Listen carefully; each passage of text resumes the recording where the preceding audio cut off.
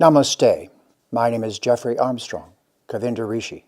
Oh yes, and our topic tonight is the ancient science of Ashtanga, the eight-limbed method of yoga, or the 8 processes that perfect the embodiment of human beings while freeing them from the cycle of samsara, repeated birth and death. As I said in the introductory class, yoga unceremoniously entered into all the civilizations of the world, but especially Western civilization.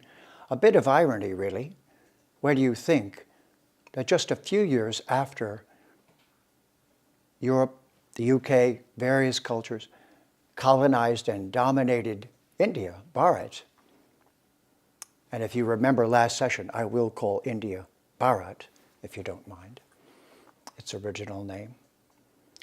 During this era of colonization, you wouldn't have expected that the immediate backlash, the way I like to say it is that England and other cultures went to India, robbed them of everything, stole trillions of dollars worth of everything, took the crown jewels, took everything. And just at the end of that, just as England had to leave, India said, oh, wait, you forgot the best thing. You forgot yoga. Here. And they taught the grandchildren of the colonizers yoga. You've got to think that's funny. That's immediate. Well, it's not exactly revenge, is it? It's immediate, loving, intelligent response. Wait, you forgot the really good stuff. Little did the colonizers know that by stealing everything, quid pro quo, it was now possible for people from the broken culture to get passports to come live in yours. Who knew? Reverse colonization, sort of, except this one tries to perfect something. But none of the other physical sciences in Western civilization do that. They're all trying to make you some kind of professional athlete, which is excellent, of course, natural. We all participate in that in some way, shape, or form. But what if there's a missing premise, which is the central issue and premise of yoga? Yoga is not going to church. It's not religion. Those words mean different things than this. That religion means a rule book for something. Yoga means the recognition that we are all an immortal being from the realm of Brahman, all these words I discussed in the intro. We are Atmas, individual beings, not from here, not made of matter. We are the source of the consciousness in our body, in our manas, in our mental faculty. And that consciousness is called Chit. And that is where this broadcast takes its name. Broadcasting the conscious understanding of the civilization and its culture of Bharat. Yoga then has as its premise that we are Atmas from Brahman, a realm made entirely of light, that we have come here voluntarily, not because we were bad, not because we did something wrong. We didn't fall here. We flew here. We were brought here because we said, could I go on the vacation to Prakriti, to the realm of matter? And of course, the answer was, of course you can. And here we are. This is yoga. Right now we're doing it. Just hearing this is yoga. It's changing the perspective on who you are. So what if all this time we've been asleep and misidentifying our body as us? Could that be the source of the problem of thinking there's something wrong with people because you don't like their skin tone? Come on, folks. Really? You don't see the consciousness inside there? But that's what yoga is. The first thing you do is this. Oh, an Atma. Not, oh, somebody with something that I don't like, in a shirt I don't like, or a skin I don't like, or doing something I don't know. The first view and the consistent platform of yoga is I see all living entities as atmas inside a particular body. Think of it as a car. In fact, in Sanskrit, it's called the karana. So yoga is what you do about being in a gooey karma. We could say caramel. We're at the center of a juicy, messy caramel. It's sweet sometimes, it goes to the toilet other times, and inside is us and our consciousness. So we can either ignore the body or we can work on it and perfect it so that it's balanced and harmonious and it is healthy and it works well. It would extend the warranty on your vehicle. If I said, would you like to extend the warranty on your vehicle by 100,000 miles? You'd say, how much? And I'd say, nothing. I'll just teach it to you for free. You'd say, yes, please. Great. So step one of yoga is Ashtanga yoga. Ashta, anga. We start with being physically embodied and doing something reasonable about it. That means we can change our diet. We can change how we sleep. We can do a whole series of physical practices that restore us, keep us at balance, keep us embodied correctly as far as possible, so that matter does not act as a distraction when we change our focus from external to internal. Now, as it turns out, we don't have time right now to say all of them, but there are 8 different steps of practice in the Ashtanga yoga process. They're called the 8 limbs. It's one of my limbs, 2, 3, 4.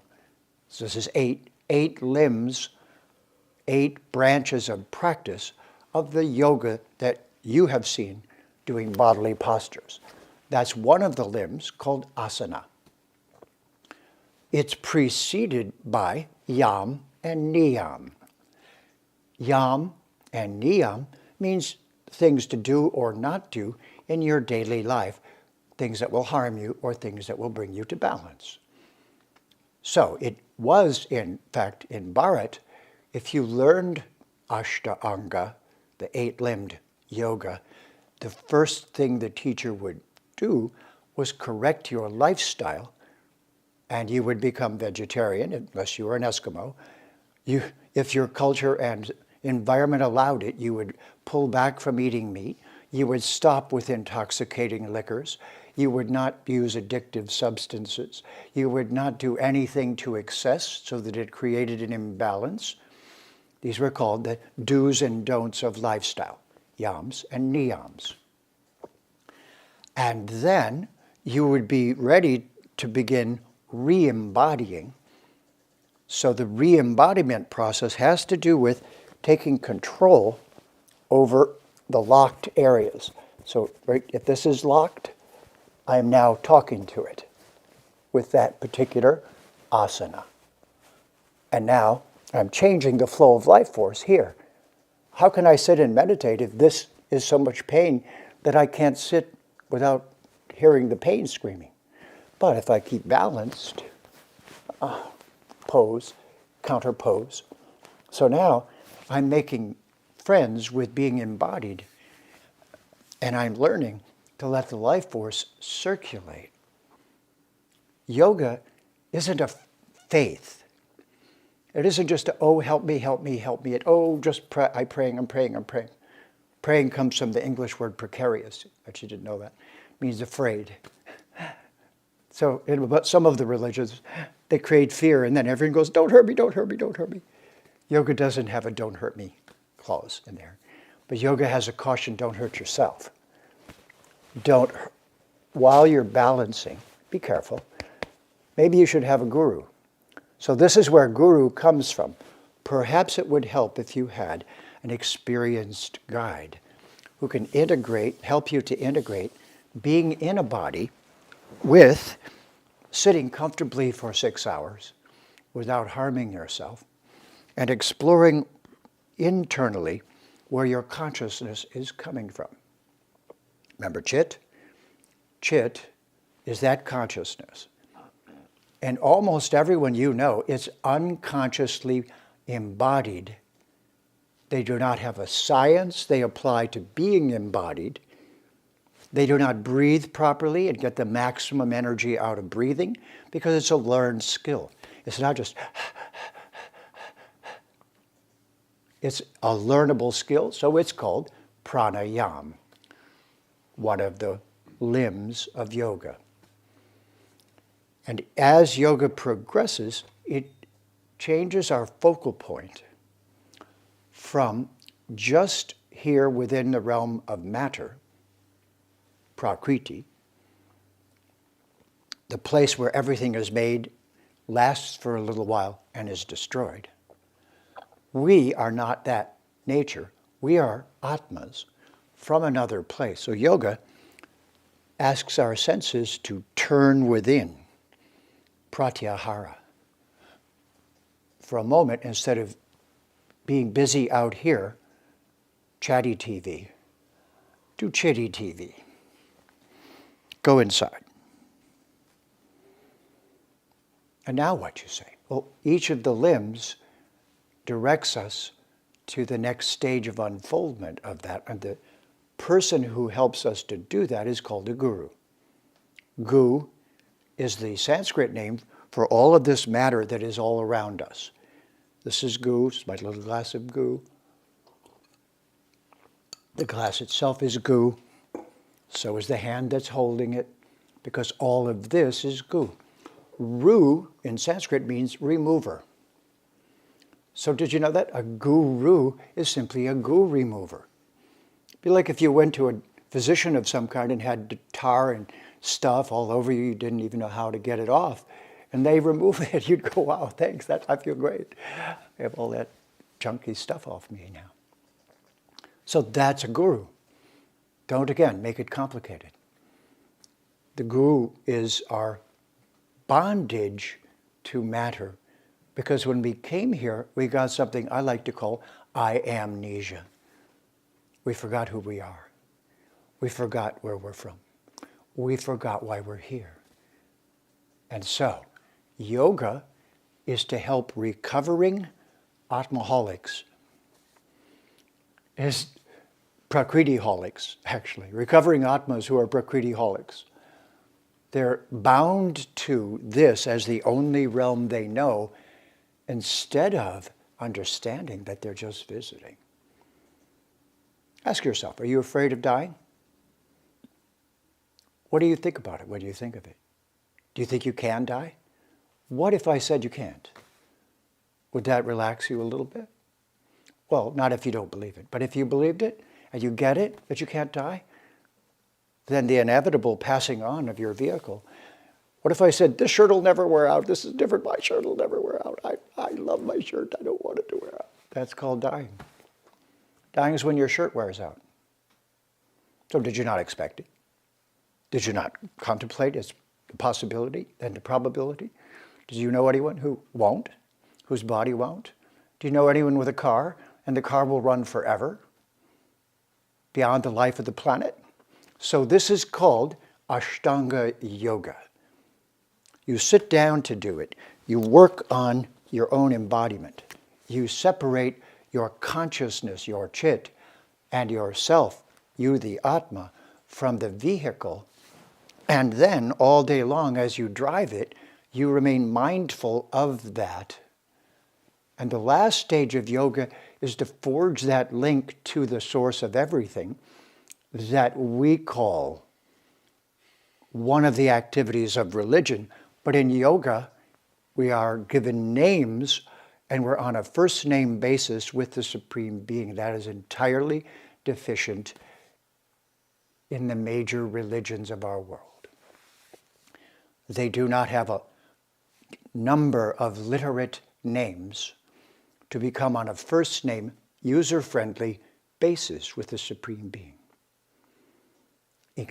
And the many beings who are here in our realm who are responsible. Just like right now, there are many governmental officials responsible for your life holding together. Some are helping with the water. Some are making sure you get electricity. Some are making sure all those things that are being supplied. So those are the many so-called gods. In Sanskrit, they're called devas and devis. We as yogis look at them and say, oh, you're looking beautiful today. Oh, department head. Not gods. Oh, department head. Deva Devi. Supreme being? Different. Final goal. Temporarily managing the situation? Well, why wouldn't I say hello? So again, don't be racing and confused about the conclusion yet. We haven't gotten there. That's called Vedanta. We'll do that later on in the series on yoga. But for now, just understand that yoga is the reassertion of your true identity as an Atma, who came here from Brahman, who is here embodied but accidentally and amateurishly. So you're rectifying that under the guidance of a guru, someone who removes the unnecessary gu. And you're learning how to stay balanced in every situation, and you're learning what to eat and do and what not to eat and do that might jeopardize your balance and harmony. It's just as if it was a physician. And the doctor said, that's not so good for your diet. You say, oh, thank you, okay. Yeah, I feel much better. That's Ashtanga yoga. That starting point of our embodiment, culminating in where we're going next, also works cooperatively with the other yogas, which you're going to learn about in each of these episodes. My name is Kavindra Rishi, Jeffrey Armstrong. See you next time. Have a namaste.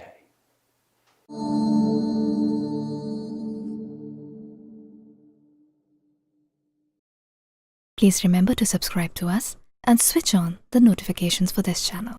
For our other social media links, more content, and to support our work, please visit citti.net.